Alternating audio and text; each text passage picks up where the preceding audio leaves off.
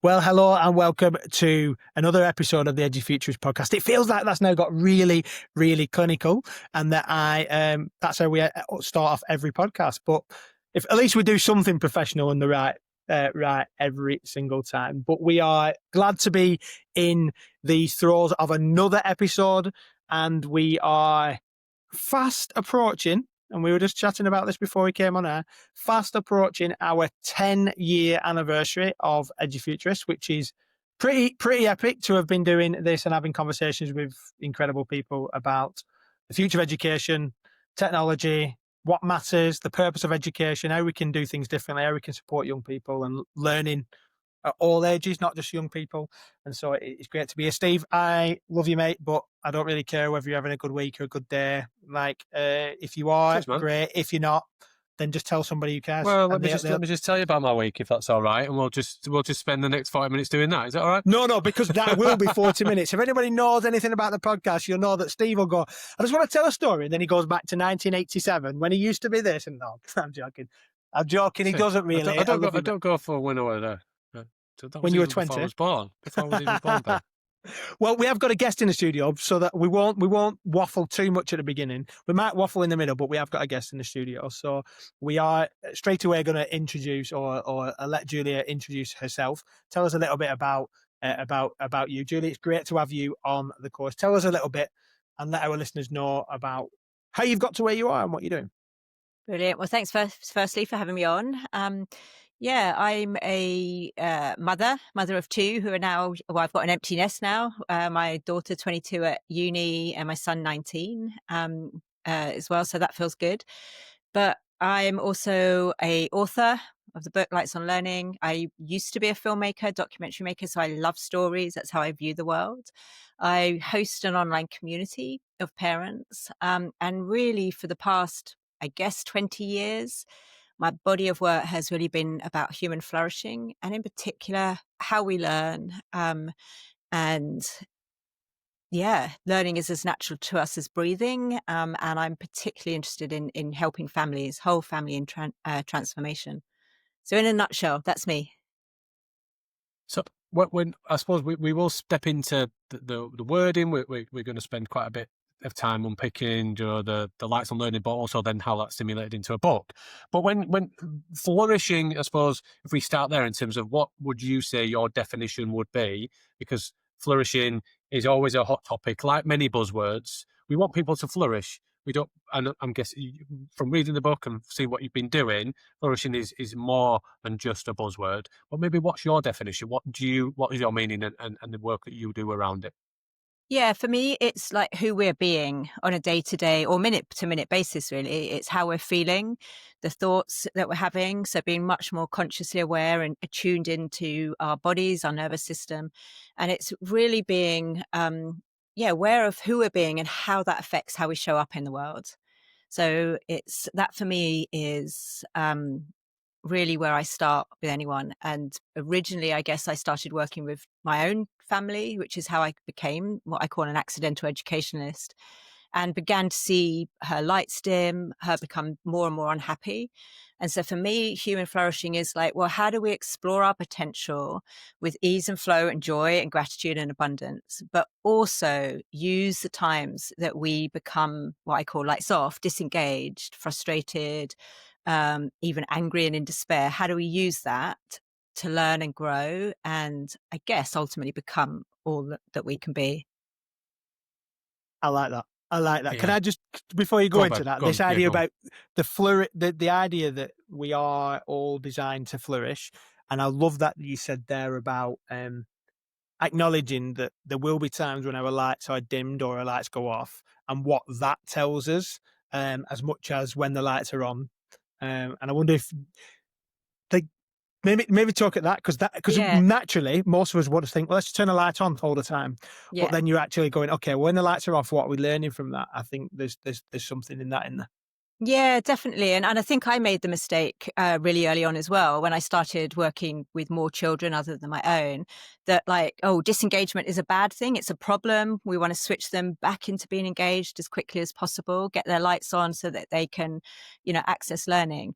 And then what I began to learn was actually it's the point of disengagement where the growth really happens. So we have this thing, you can't learn if your lights are off all the time, but you can't learn and grow if your lights are always on. Yeah, because what we found, or what I found by working with children of all ages, with the schools that I worked, the families I worked, was if we are always happy and we're in our comfort zone. And for me, that's not what learning is. Learning is about stepping at least one toe out of our, beyond our edges. And when we do that, when we head into the unknown, we go into uncertainty, we feel uncomfortable within ourselves. And I think particularly, both as teachers, you would have seen that across the range where children can be nervous about failing. Yeah, this fear of failure, I think, is really huge in our communities, our schools, our families at the moment. And when we look at disengagement actually as a signal, like what is it we're feeling at that point of discomfort, then we can grow because we can shift our thinking and we can actually rewire our thinking. And that enables us to do things that we weren't able to do before. And for me, ultimately, that's what learning is. It's not doing what we can do really well. It's learning to do what we can't do yet, and stepping into our potential, which I believe is always increasing. Does that answer? Does that? It does. The thing that the linking into to school is how many learners are finding their way to mask engagement through a verbal or a physical cue, or but ultimately, how long can a young person, how long can anybody really mask the ability to hide disengagement, boredom, and all those other things? Me and Ben have spent enough time on the podcast of absolutely, and that's for 40 minutes or an hour and everything else. But actually, trying to do that for 40 minutes or however long a school day lasts, and then repeat that Monday to Friday, and then go again is a really interesting one. But some kids are masking, and they're doing a great job at it. They are lights off, but their face is saying lights on. Yeah. 100%. And I worked with schools used to send us the gifted children to work with who they couldn't extend. And sometimes those who are kind of starting to stick their fingers up at the system because it's like, is that all you've got for me? Or the ones who are the perfect ones, that kind of wanted to please. Or they would send us the bottom 30% that were failing academically. But this is what's important, I guess, about the metric that I created, lights on or lights off, because when we look at disengagement, we can very quickly go to judge the behavior. The kid sitting back, not interested, really giving us attitude, really kind of maybe even being angry, kicking the table, wanting to get out of that classroom straight away. Because what you say, Steve, is true. It's like, actually, we can't go that long with boredom and lack of agency before it really impacts our mental well-being. And there was a study by Mihai Csikszentmihalyi all around flow. So he was really the godfather of flow. And he did this research project, which was to take out flow from their research participants' lives. And they had to stop it within 48 hours because the participants were experiencing headaches, insomnia, or complete apathy. Some were kind of going into what looked like psychotic kind of, behaviors. And I think that tells us the climate or the scale of the mistake we're making, which is to think disengagement is behavior and change the behavior and focus on the behavior. When we bring in this metric, are you lights off or lights on? It completely changes the way we can view a student or a learner or a child or an adult, because it now becomes about their state of being. What are they thinking and what are they feeling? So we go upstream of behavior, really, to their thoughts. And as soon as you have this conversation with young people, as you all know, and even young children, they start to tell you, I feel stupid. I don't believe my brain is working. I can't take anything in. So we're not talking about kids with attitude being bored for 5 days a week, 6 hours a day, 40 or 39 weeks of the year. We're talking about kids sitting there with no personal sovereignty, lack of agency, and absolutely telling themselves on repeat that they are stupid, unworthy, and they shouldn't probably even exist, right? This is where we get to the negative thinking. Bringing in lights on, lights off, now we have the personal power for the student or the adult or even the teachers and the parents, because now we can say, I'm lights off and I have a spectrum, so it's not binary, but binary metric is useful. And that means to me, I feel lost, scared, and alone. I think I'm stupid, my brain doesn't work, and no one understands me. Now we bring in compassion. You can't chastise someone for feeling that, right? So this is the power of it. And I think this is where, for me, the future of education is exactly that, going from judgment and behavioral policies that penalize sometimes, everyone really, to one of compassion. What's really interesting, because we have some quick fire questions later on, just as a preemptor. I think I mentioned it to you on the pre-call. I didn't tell you what they were, but I thought you'd given the game away there, Ben. No, I didn't. I'm really nervous now. My lights are going dim. Because you're under pressure. But it is funny, isn't it, that we think through, and one of the things is about judgment. And actually, schools are judged. Young people are judged. In fact, I think I remember in one of the first keynotes I ever did, I said the phrase, the biggest, the worst thing that happened in education in the last, in my living memory, is the development of league tables, performance tables in schools. Because what it did is it pitted schools against each other. It pitted young people against each other within those schools. And some people say, no, we need an objective measure. We need to be able to see. It's about giving parents choice. And you think, okay, giving parents choice. I'm not entirely sure that's what is going on here, but that's it's a really interesting measure. And what I have really picked up from just a brief conversation we had beforehand, but also from reading what you've written, which we'll come to in a minute, is this focus on.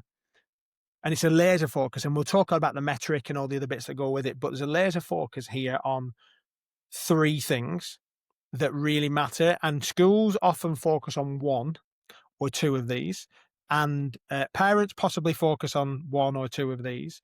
But what you're saying is that for children to learn, we need to focus on Heartset, mindset, skill set.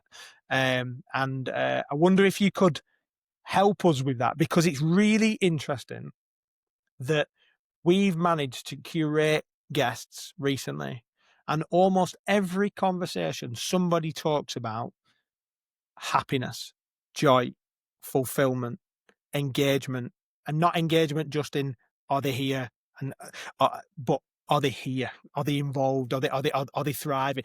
We've had people recently about thriving. You've mentioned flourishing. Other people have been talking about flourishing, and we're thinking, okay, there's a theme here about joy, about happiness, about flourishing, that it's not just so I know I've rambled a little bit. Please, could you maybe explain to us why those three elements matter?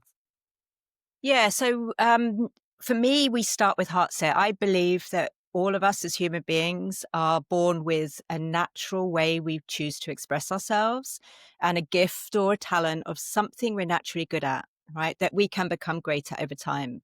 So that's my starting point. And so from an educational point of view, we want to find that thing as quickly as possible, right?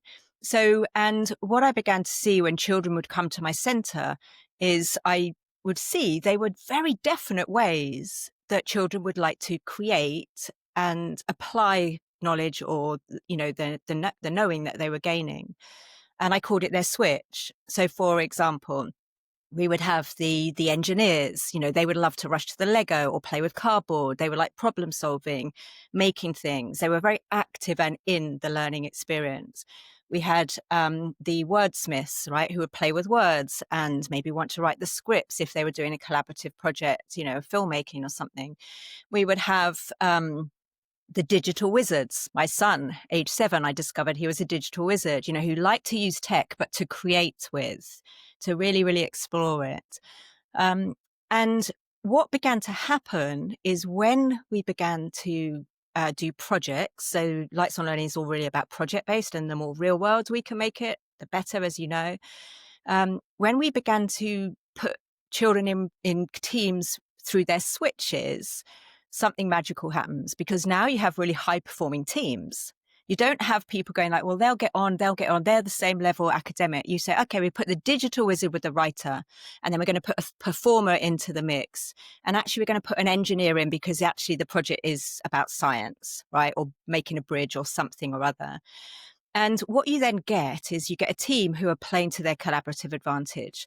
And the collaborative advantage comes from that thing inside you that is unique to you, that lights you up, that you would spend so long within a problem or a challenge to explore and crack and solve. So we always lead with the Heartset. I used to call it passion, but passion can get confusing. And so this is really about bringing in the heart's intelligence as well, right? Learning circuitry, our heart, our head, and our body. So the Heartset. Now, here's the beautiful thing, because like you alluded to it, you sort of said that, most people know about mindset, right? Thanks to the work of Carol Dweck, and they start there. But the problem is when you start with mindset without Heartset, is you are trying to tell someone to take a leap of faith and jump over the cliff and the net will appear. But they don't really believe you, and actually there's no motivation to do so. The heart will always dream bigger than the head is ready for. And that's why we start with Heartset, because then the mindset, you will push through that frustration. In fact, you will actually seek out those lights off moments that we mentioned earlier. You will actively go into disengagement of frustration and wanting to quit, but you won't, right? And this is where we build all those neural networks. We change the story from I can't. Oh, yes, I can. And I did, and I can do it again. So that's really important. And then the skill set comes in, but not the skill set we tend to think about through school, like the writing or the arithmetic or, all of that, but the skill set that's really relevant to the Heartset. If you're an engineer, you are going to want to solve problems. So sitting passively, in school all the time is going to really, I believe, cut the oxygen off to your soul. So you're also going to need to maybe be able to draw or communicate your ideas in a way that, you can communicate technically, or you're going to need to have certain drawing skills, communication, critical thinking, creativity, and collaboration, those 4 C's. So when we look at our learning circuitry through these 3 things, it becomes not a problem when we disconnect, our lights go out, it just becomes a signal. But when we try to work without the Heartset in place, that's what leads to resistance. It's what leads to poor mental health. It's what leads to children, acting up, because I don't care about that.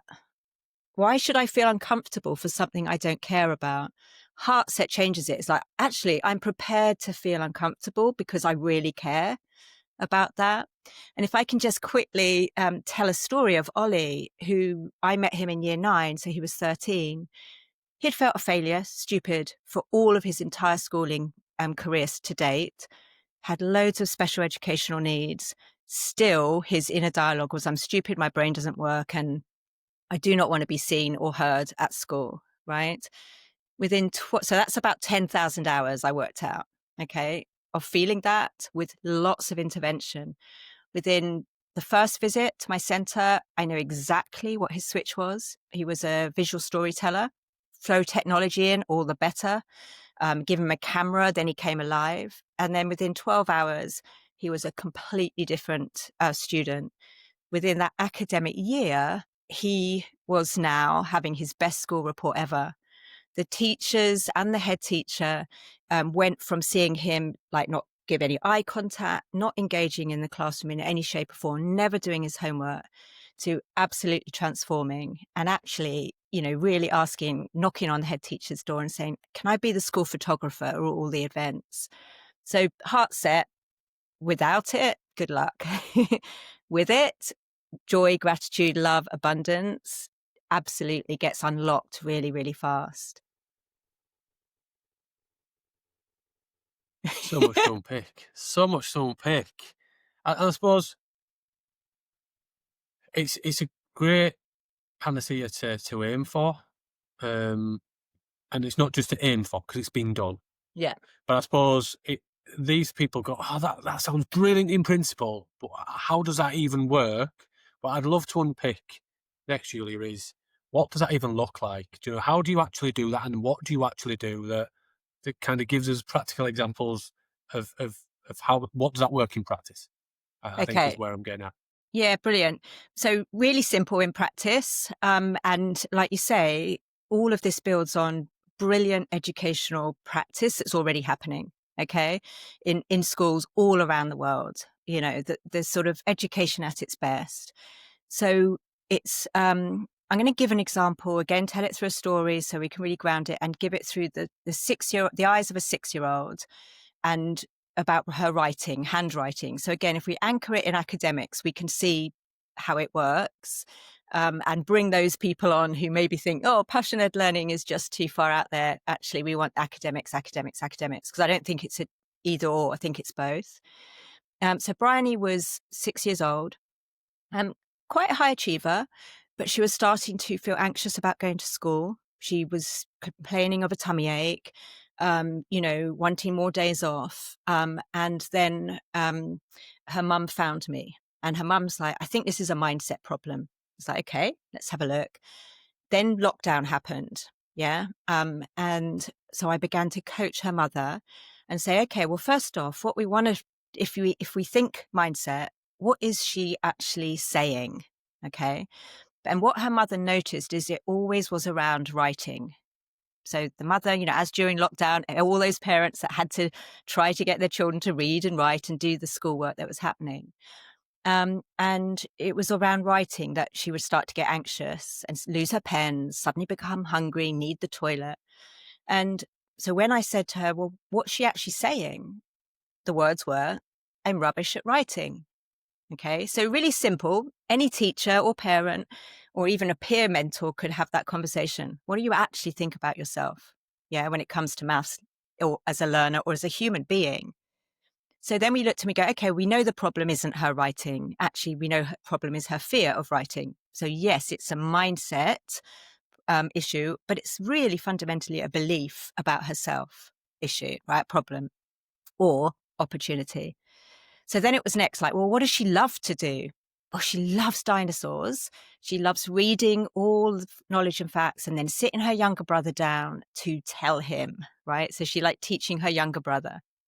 So it's like, brilliant. Okay, well, let's get her, because we now knew she was a communicator. Her switch was she loved knowledge, space and dinosaurs, and she was a communicator. So we asked her if she wanted to do a book that all the facts of these different diagrams, and she'd have words in it and pictures in it. So we gave her a brief, a creative brief, because we knew her Heartset, we knew the stumbling block of her mindset, and now we wanted to develop her skill set, which was the handwriting. So we gave her a creative brief to produce a book that had her favorite dinosaurs in, with drawings and words. Okay. And then the crucial part, which is, does she want to feel good about writing? Which, of course, no child's going to say, no, actually, I want to feel rubbish about, going to school or learning, and of course she did. And then it was about coaching her mother to lead her through that and go, the stumbling block was at school. Every morning they had to write in their books, like free writing. Yeah. And she was seeing her best friend write masses, and Bryony was getting stuck, less than 10 words. So we tightened the brief and said, right, your brief is you can choose. Do you want to write 10 words, regardless of how long it takes, or have 10 minutes and see how many words you can write? And she chose 10 words, regardless how long it takes. And when she got to about 6, the anxiety started kicking in. 6 words, anxiety started, I can't do this. The negative talk came in. And her mum was like, can you do one more word? Do you think you can do one more word? Yeah. Yes, I can do one more word. She got to 10, and that's when you get the post-struggle win. Yeah. You suddenly like, oh my goodness, I can do it. And the celebration, which is really good for our neurocircuitry, that actually what she thought she couldn't do was difficult, but she could do it. So that was a really example. Then she produced the book. She's growing in confidence. And then when she went back to school, the teacher noticed the difference in her as a learner. The anxiety had gone. And now Bryony was setting her own goals independently as a 6-year-old. I think she turned 7 actually then, and said, I want to write like my best friend. And in the book, I show a photo from where she started, right, to where she was within less than 6 months. And it's phenomenal. So that's the key. We can apply this to academics, but still by starting with the Heartset, we grow the mindset faster than anything else. And then the relevant skill sets for a communicator, writing, which also tick the boxes for, for school, develops as well. And we see this time and time and time again. It's really fast. Sorry, I just get I feel like I can listen to this for hours. Well, you listen, and Ben. hours and I'll hours. do it. You No, listen, and no. then you watch it, listen it back. Listen to And it the back. reason why is because, first of all, what comes across is beautifully is this is story, and you mentioned that right in your introduction that you came from. First of all, that comes across really clear. You're not just talking about a theory; it's about the change in people's lives, and then that's not just the story as a concept, but the idea that this is young people's lives. This is learners' lives. This is parents' lives. This is you can change things for people, and we had a conversation, or we've had a couple of conversations recently of imagine if everybody who works in education thought through this idea that we want every young person to flourish, which is the start thing. And the second thing is that not just that we wanted everybody to flourish, it's that we did everything in our power to get to know that person so that they could flourish. And I think every teacher that I've ever met, not every teacher, most teachers I've ever met really do want that, but we're constrained by lots of other things that mean that we can't do that, or that we don't do that. Say cans and don'ts and won'ts, and there's lots of things in that. There are some things that that just make that difficult, and so what I love is that throughout this, we're talking about stories of impact, things that have actually happened. And it's not like stories of impact that you could put on your website. Here's a great case study. These are real lives that are people. And you have dug into this. We've got a copy of Lights on Learning in front of us, and we bought an extra copy so that we're going to send this to a lucky person who wants to read a copy of this and have a what Julie's been talking about. We're gonna put a little competition out onto socials so that they can win a copy of this book. And the way that you have written this to parents and for parents as actually the little subtitle says a parent's blueprint for happy, fulfilled, curious kids. Well, let me tell you, as a dad, as somebody who's been doing Edufuturists podcast for 10 years, when I saw that phrase, happy, fulfilled, curious, I'm like, I'm in. Because who doesn't want that for their kids? Who doesn't want that as a parent? But who doesn't want that for as teachers as well? So I suppose my question really is,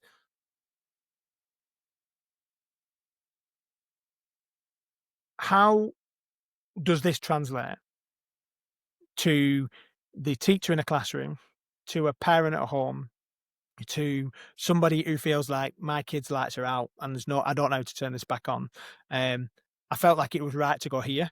And then obviously we can come back to the thing about focus on parents and all the other bits, because we can tie that to what we talk about. But how do we do that? Because that feels really important to talk about. Yeah, I love that. And I think this is one of the most important questions to ask, right? How does a happy, fulfilled, curious kid walk into a classroom and actually change the environment so that actually we realize the system isn't broken at all, right? This is what I believe is the transformation that we can affect as parents, children, and teachers collaboratively. And it changes the whole conversation. And what it does for teachers, and you both know, and I've worked with groups of children, 30 groups of children and things like that, is suddenly when a child is owning their learning and self-led and able to understand themselves through the Heartset mindset and skill set, they are now working with you, right, to become and be the best that they can be. It fundamentally shifts the dynamic and the relationship within the classroom. And every child that we work with, that's what the teachers notice, or the head teachers. They see the shift. And now their job becomes the job they signed up to, which is to help the children fulfill their potential and flourish, okay, rather than manage the behavior, which it can come to because we're looking through that judgment lens. We're looking through, they've got to jump these hoops. And here's the beautiful thing. I believe in setting the highest expectations for all human beings. I think we are absolutely all capable of greatness, right? That's where I start from as an educator. So it's not about taking away, I don't believe, even the curriculum. I've looked at the curriculum and worked with teachers to kind of go, how could we really bring this in for a human flourishing model? And it's not about necessarily getting rid of all the assessments, although I think I'd like to do that because I think portfolios are much more effective. But what it means is that when a child owns how high they want to jump at a time that they're ready to jump it, but they know that hurdle is not the limit of their potential. It's not a ceiling on their potential, which high achievers often feel like, is that all that's expected for me? Well, I can do this in year 3. I've got 3 more years of primary school, for example. Something beautiful happens, which is they begin to extend their own edges. They look for challenges. They build it into the very core of who they're being. This is resilience. They become emotionally resilient because they know how it feels to be uncomfortable. And for teachers, having a classroom or a whole school filled with children who are able to understand who they are as a learner and be the best learner that they can be, it's a game changer. And that's why I get frustrated when people say the education system is broken, because I believe actually the way we're using it is broken. And the conversations, I hope what my book does for parents is to shift the conversation. Please do not go in and ask why your child is not at this level or not getting enough homework, right? Go in and have a collaborative conversation about your child, and also get to know your own child as a learner, which you can only really do when your child knows themselves as a learner. So for me, it's a whole community transformation that happens when we bring human flourishing center stage. We don't have the conversation like, well, mental well-being and learning, they're the same thing. You can't learn if we're switched off all the time, right? But equally, what's exciting is you can't grow if you're always happy, because it probably means you're in your comfort zone. And what we're seeing, as you will both also know, fragile perfects. They can go through getting the perfect grades, the A graders, but they crumble in the workplace. They have no independent learning skills at university level. So we're not serving anybody if we don't understand that learning is uncomfortable. Learning is messy. Learning makes us want to give up at times. But oh my goodness, when you bring all of that together, it is what makes us flourish. And it really is, I believe, what holds us as an advantage over AI that's rapidly, coming along and is going to change our world.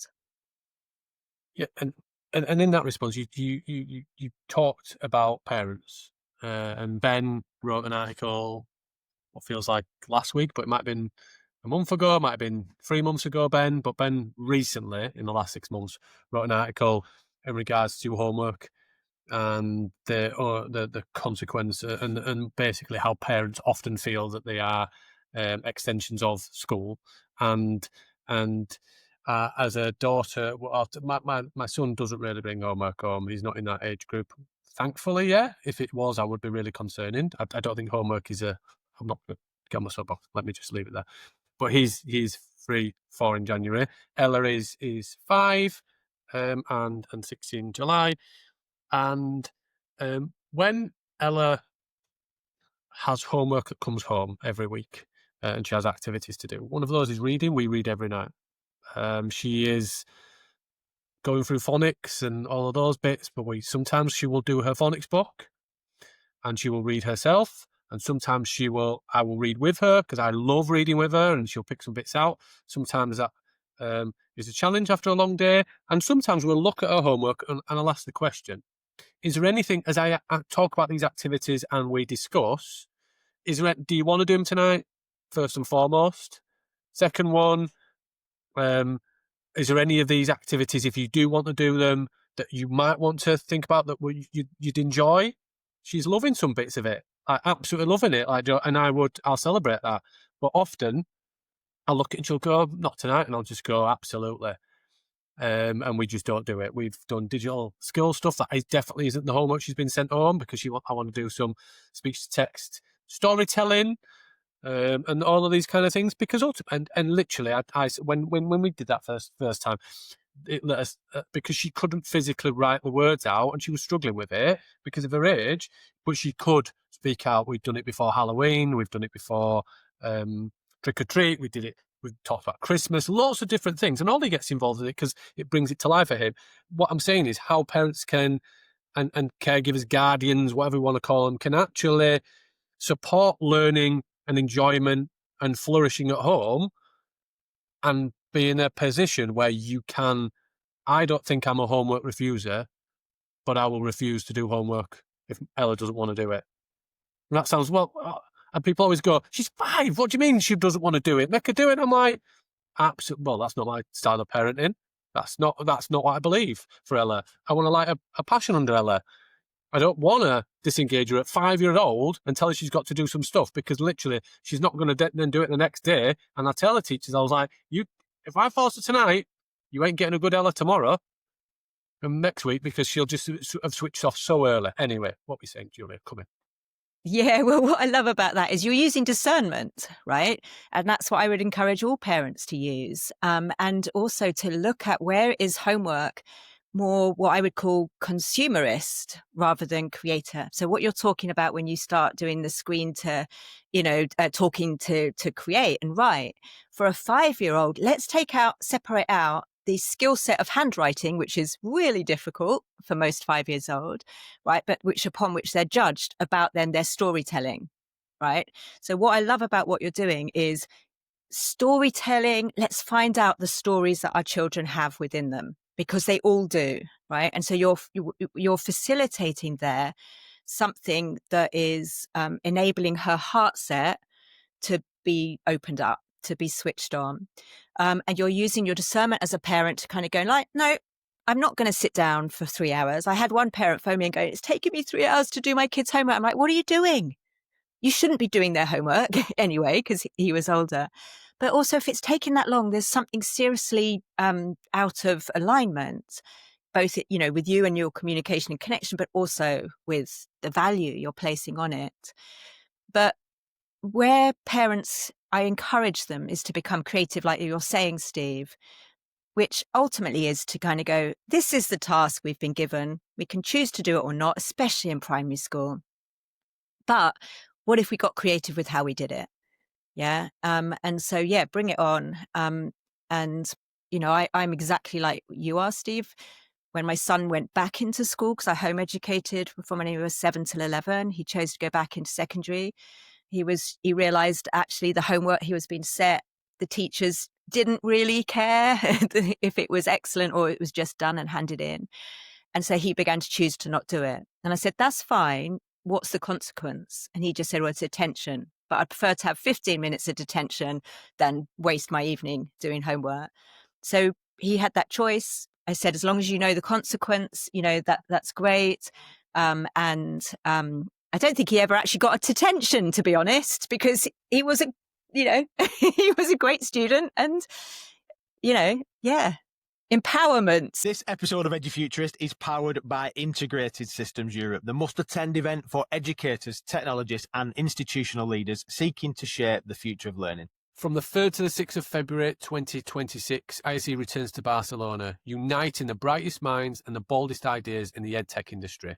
Join us and push back beyond the possibilities that are transforming the classroom of tomorrow. Don't just keep up with the industry, get ahead of it. Check out the video that's coming next to find out more and join us for ISE 2026. We'll be there in Barcelona, and use our special code Edufuturists for free registration at iseeurope.org. The world of education is changing, and education technology is helping to change it. Different teaching styles, more flexible delivery, and a wider range of resources. All of these mean EdTech is playing a greater role than ever.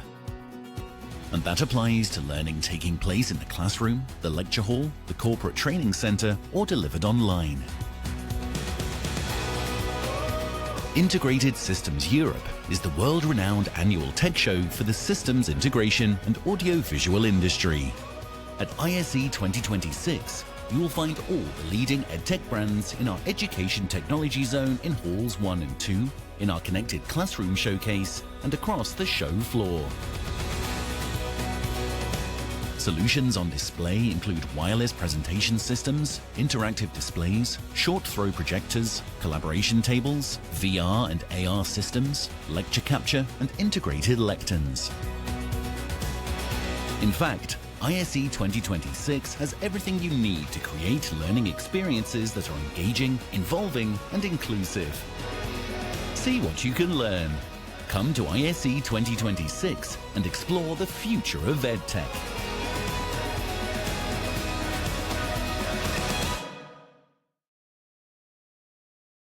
Steve.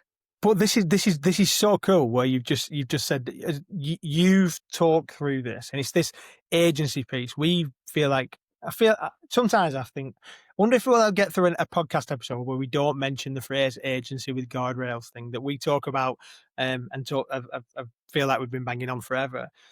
But you're not saying to your son in that space, do you know what? You don't have to do it. You don't have to pay the consequences. We're going to fight against it. Well, if you understand there's guardrails, like you're saying, if that means this, that means this. And interestingly, we've got to realise, and this is the bit I think in the UK currently, we are England, sorry, we're getting a little bit messed up on, is the idea that somehow we think, and our governments think, and DFEs and all the people around it think that they know best what is right for every child, and therefore the parents then should have less autonomy in that space. So the whole conversations about the Children and Wellbeing Bill in the UK, and this idea of we'll have a global data set that they have to have all this data on, and we don't have to agree to that, but that's what's going to happen. And then you can't homeschool your kids, or it's much harder to homeschool your kids if you don't. And you're thinking, hold on a minute, like at what point did we overreach from politically? And I don't want to get too much on my soapbox, but at what point did we decide that it was okay for that to be the case, and that parents who love and care for their children and work hard for that and know their children, because let's be honest, 6 hours a day, 180 days a year, that isn't what parents get. Most parents are involved. Yes, there are a minority, and yes, we've got to protect for those most vulnerable children and those children that haven't got support at home and the other bit that goes with it.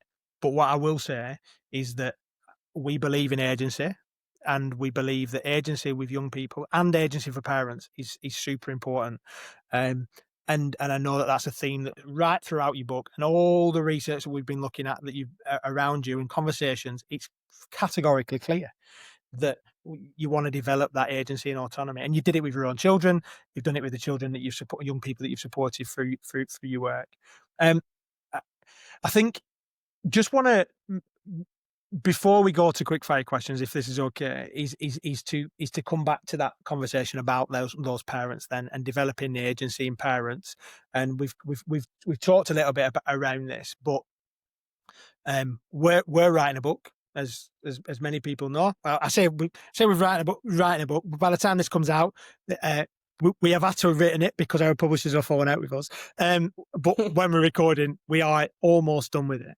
And we decided that we wanted to write something for parents. You've written something for parents because they're often the forgotten people in a young person's education, yet are expected to do so much more. And Steve mentioned there that article I wrote about gaslighting education, homework being gaslighting.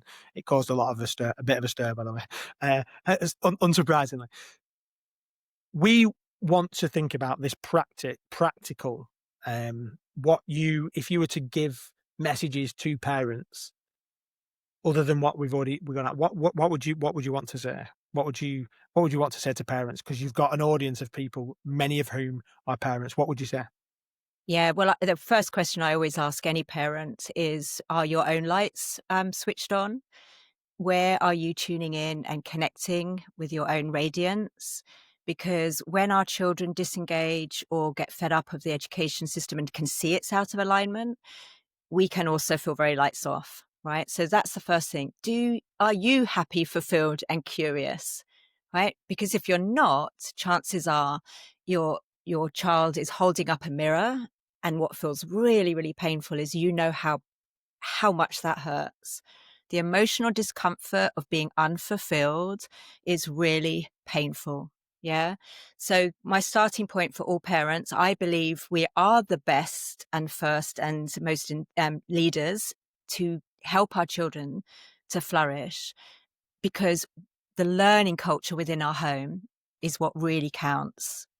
Yeah. And that's what teachers are seeing. Does this child believe learning is something that's done to them? Yes. So they're going to be passive, right? Does this child believe that learning is something they grab and take and run with it? Yes. They're going to be active creators. So are your own lights on as a parent? And do you know what your heart set is? How great is your mindset? And what's the skill set you would really, really love to spend some time that would make you feel great about yourself? And from that place, now you can start looking out for those micro moments in your own children when their lights come on, right?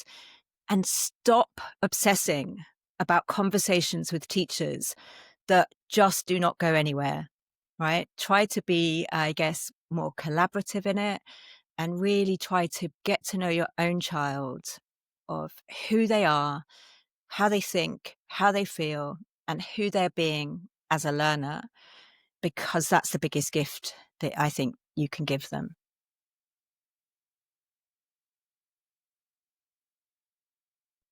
Nor do I. I'm really nervous. Well, we do. It's not the nerves. We just don't want to move on. We could. I'll go back to my old slogan that I've not used for such a long period of time. We could talk all night, Ben, couldn't we? We could talk all night. So I'll go first, Ben will go second, and I'll finish up with the third. So the first question, and I don't want to say if you're ready for it, because you're going to get it anyway. So that'd be mean to pretend. So if schools were judged like restaurants by how much customers actually enjoyed the experience, what would change overnight?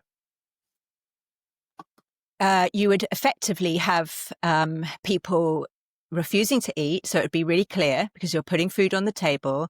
So we would have a very, very visual demonstration that this food is not good enough, right?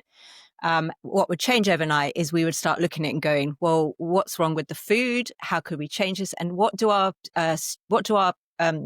guests, or whatever we call people who come to, what do our eaters actually want to eat? Yeah. What brings them joy? What makes them hungry? What makes them asking for more?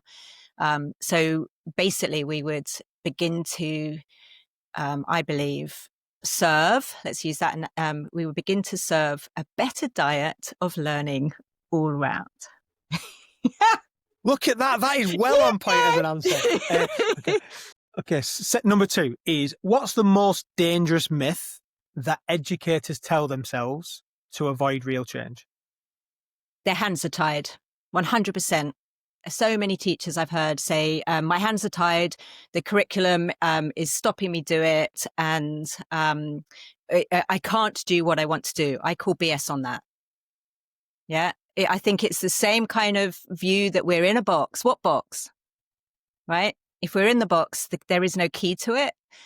We can step out of it at any point. So yeah, that's what I would like to do. And I've worked with teachers to show them this exact same curriculum that you're saying is keeping you rigid. This was a year 10, 9, a science teacher in secondary school.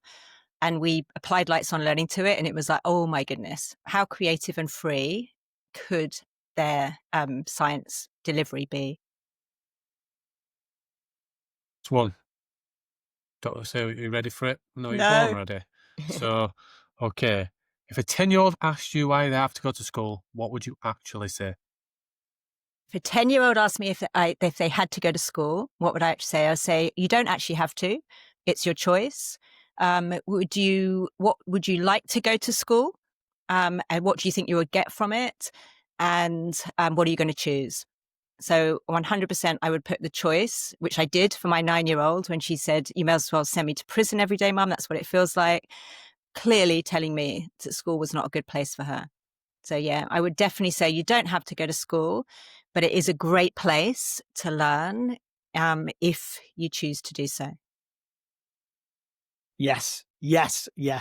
Love that. And I think there is so much that we could dig into and go further on. And I think this is the first conversation, I hope of many, because I think what you're doing and the message that you've got, the book itself, we're going to run a little competition to get a copy of Julia's book. I think it's going to land for so many people. So please, if you're listening to this, check out socials. You find out how to win the book. And if you've not managed to get involved in the competition, buy the book. The link will be in the show notes. Connect with Julia, and I'm sure that there will be lots and lots of future conversations between what we do, because you are doing, and you've got the message that more people need to hear. And I love what you've said to your own children and how you've lived that message, and then you're telling the stories of other people. So thank you so much for what you're doing. Keep doing what you're doing. And we're excited that if people like you are involved in the future of education, there is some hope, and we think we can do something really, really cool. So thank you, Julia, for joining us on a podcast, and we'll see you again very, very soon. Brilliant. Thanks for having me. Cheers.